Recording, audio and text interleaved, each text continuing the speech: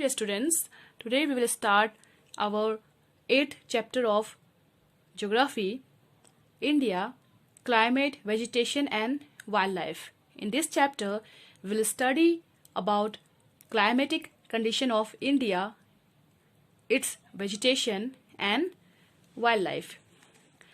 Let's start with the first topic, weather. Weather is about day-to-day changes in the atmosphere. It includes changes in temperature, rainfall and sunshine, etc. Example, sunny or cloudy, hot or cold weather, etc.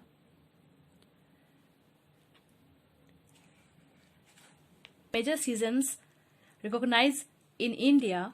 The first one is cold weather season, or you can say winter season. It is from December to February. Next is hot weather season from March to May. Third is southwest monsoon season, or you can say rainy season from June to September. And the last one is season of retreating monsoon, or you can say autumn season in October and November. So these are the major seasons of India. Now we will discuss one by one. Cold weather season or winter season. In this season, the sun rays do not fall directly in the region. As a result, the temperatures are quite low in northern India. Next is hot weather season, or you can say summer season. In the hot weather season, sun rays more or less directly fall in this region. Temperature becomes very high, hot and dry winds called Lu blow during the day. Lu is hot and dry wind. Next is southwest monsoon season or rainy season. This season is marked by the onset and advance of monsoon. The wind blow from Arabian Sea and Bay of Bengal towards the land. They carry moisture with them. When these winds strike the mountains barrier, rainfall occurs.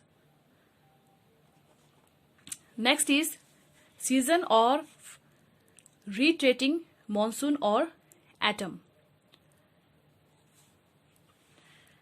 Winds move back from mainland to the Bay of Bengal. This is the season of retreating monsoon, or you can say autumn season. The southern part of India, particularly Tamil Nadu and Andhra Pradesh, receive rainfall in this season. Now we will discuss about climate.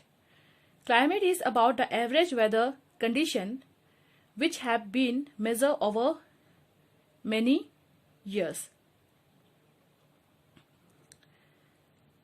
So when we compare climate and weather,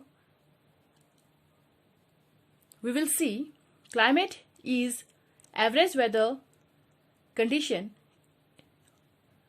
in a place over many years, while the weather can change in just few hours.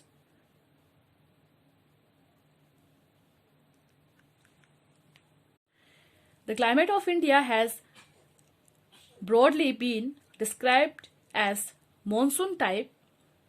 Monsoon is taken from the Arabic word mausim, which means seasons.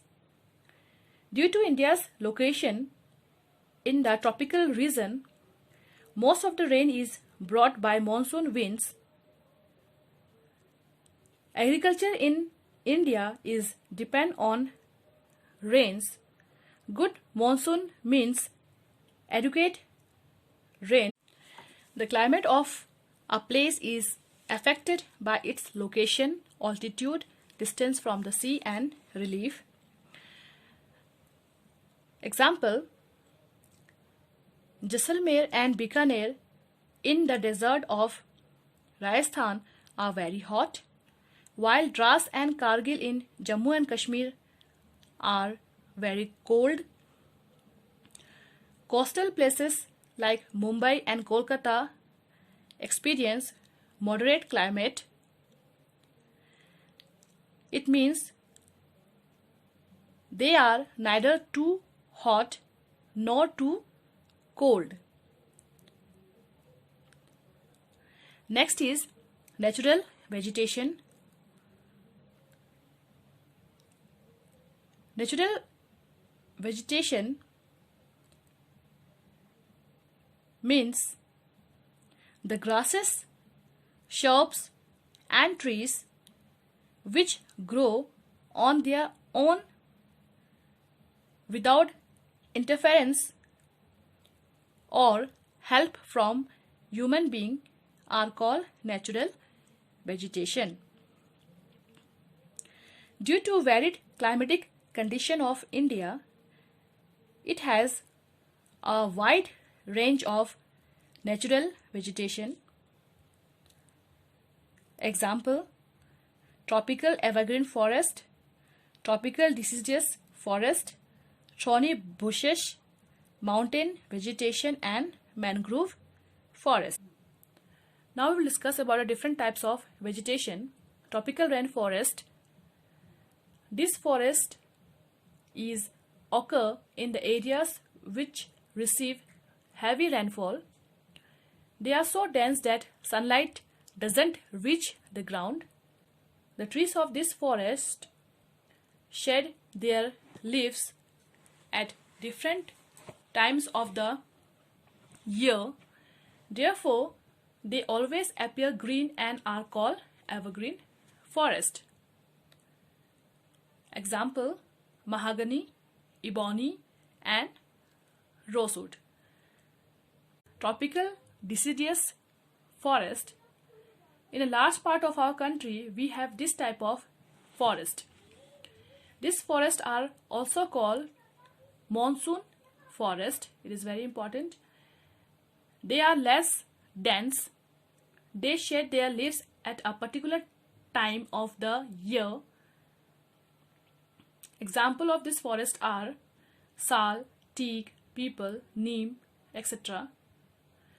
They are found in Madhya Pradesh, Uttar Pradesh, Bihar, Jharkhand, Chhattisgarh, Odisha and in the part of Maharashtra also. Next is thorny bushes.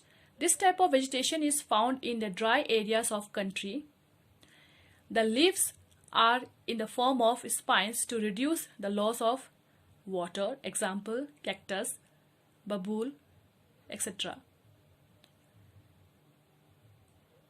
Rajasthan, Punjab, Haryana, eastern slope of Western Ghats and Gujarat are the home of this forest.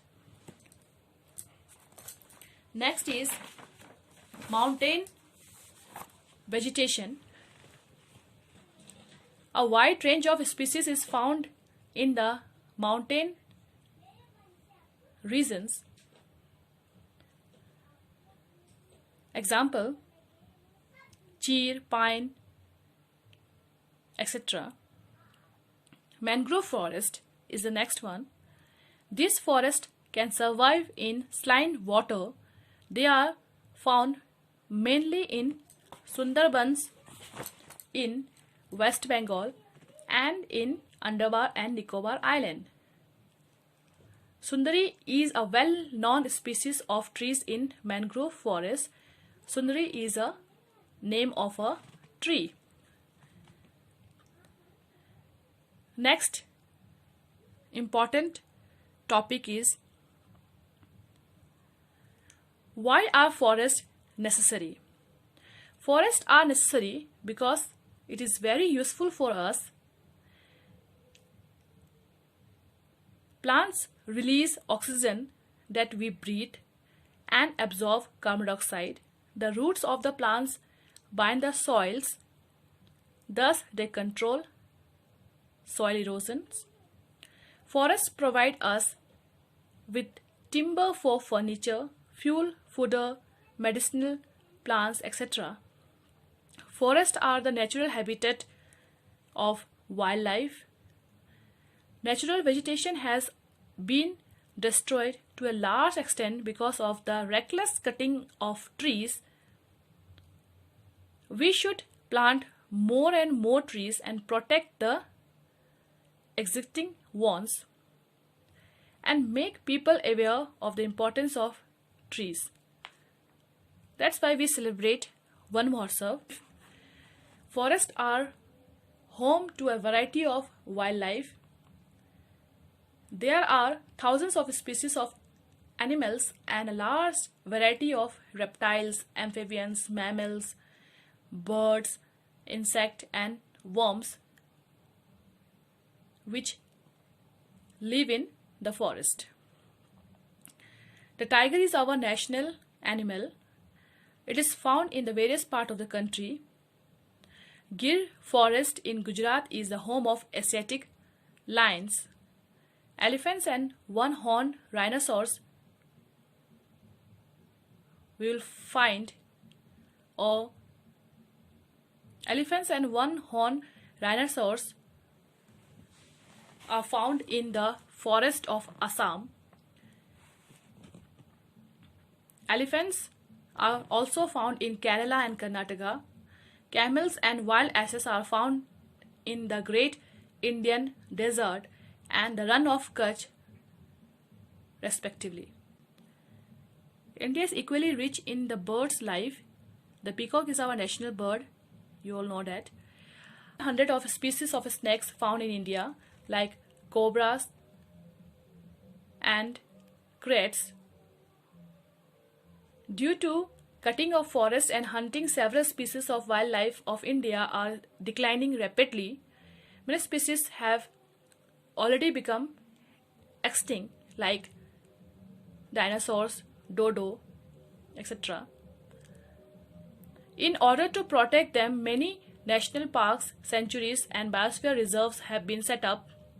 The government has also started Project Tiger and Project Elephant to protect these animals.